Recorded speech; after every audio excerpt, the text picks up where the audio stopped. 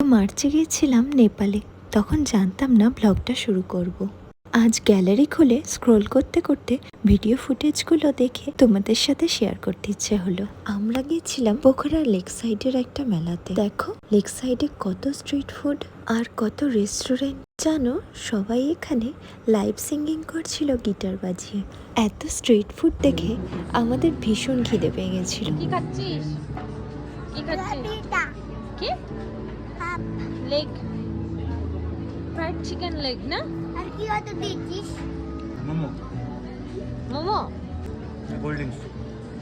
Cold ড্রিঙ্কটা খা। জানো, এই মেলাটা বছরে 365 দিনই থাকে। কত কালারফুল, কত সুন্দর, তাই না? মেলাটা ঘুরতে অনেকটাই রাত হয়ে গেছিল।